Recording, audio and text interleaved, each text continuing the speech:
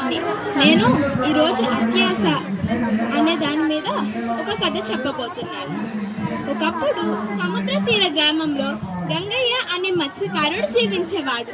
అతడు రోజు సముద్రంలోకి వెళ్ళి చేపలు పట్టి వాటిని మార్కెట్లో అమ్మి జీవనం సాగించేవాడు. గంగయ్యకు భార్య రత్నమ్మ, వెంకటేష్ సీతమ్మ అనే ఇద్దరు చిన్న పిల్లలు ఉండేవారు. కుటుంబం సాధారణమైనది అయినా సంతోషంగా జీవించేది. గంగయ్యకు ఉన్నదానిలోనే సంతృప్తి ఉండేది. సముద్రం తన స్నేహితుడు, అందులో చేపలు తన జీవనాధారం. కానీ ఒక రోజు జరిగిన సంఘటన అతని జీవితాన్ని పూర్తిగా మార్చేసింది. అదేమిటంటే, ఒకరోజు గంగయ్య సముద్రంలో వల వేసి వేచి చూస్తుండగా వల బరువు లాగింది. ఇంత పెద్ద చేప ఎప్పుడూ పడలేదు అని గంగయ్య సంతోషించాడు. కానీ వలలోంచి చూస్తే ఒక బంగారు రంగు చేప తేలింది. ఆ చేప మాట్లాడడం మొదలు పెట్టింది. గంగయ్య, నేను సాధారణమైన చేపను కాదు, సముద్ర దేవుని వరం పొందిన చేపను. నువ్వు నన్ను వదిలేసి ఏదైనా ఒక కోరిక కోరుకో, అది నేను నెరవేరుస్తాను అని చెప్పింది. గంగయ్య ఆశ్చర్యపోయాడు. వెంటనే ఆ చేప నీటిలోకి వదిలేసి ఒక కోరిక కోరుకున్నాడు. నా కుటుంబం సంతోషంగా ఉండాలి, నాకు ఒక చిన్న ఇల్లు కావాలి అని కోరుకున్నాడు. గంగయ్య కోరిక వెంటనే నెరవేరింది. గంగయ్య ఇంటికి వెళ్ళి చూసేసరికి ఒక చిన్న చక్కని ఇల్లు కనిపించింది. గంగయ్య భార్య రత్నమ్మ చాలా సంతోషించింది. కానీ కొద్ది రోజుల్లోనే ఆమె ఆలోచన పూర్తిగా మారిపోయింది. ఒకరోజు రత్నమ్మ గంగయ్య దగ్గరకు వచ్చి, ఇంత చిన్న ఇల్లు ఎందుకు, రాజభవనం లాంటి ఇల్లు కావాలి కదా అని చెప్పింది.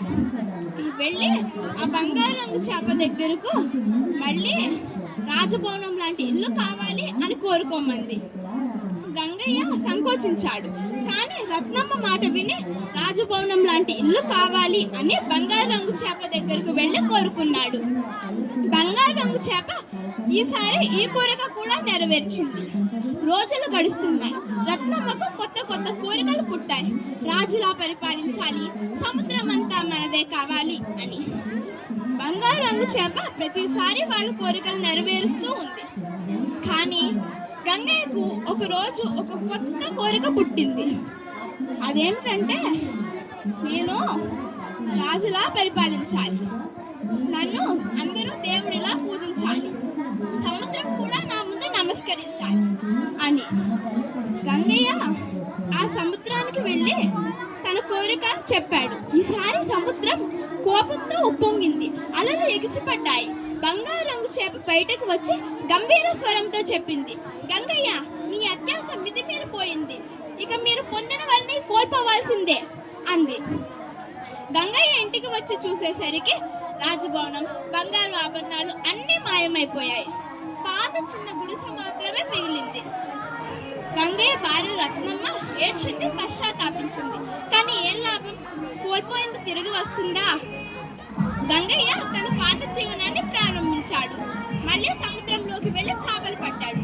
కానీ ఈసారి అతని మనసులో ఒక గొప్ప పాఠం చెప్పుకుపోయింది. అదేమిటంటే, అత్యాస ఎంత తీయగా కనిపించినా చివరికి అది చేదు ఫలం ఇస్తుంది.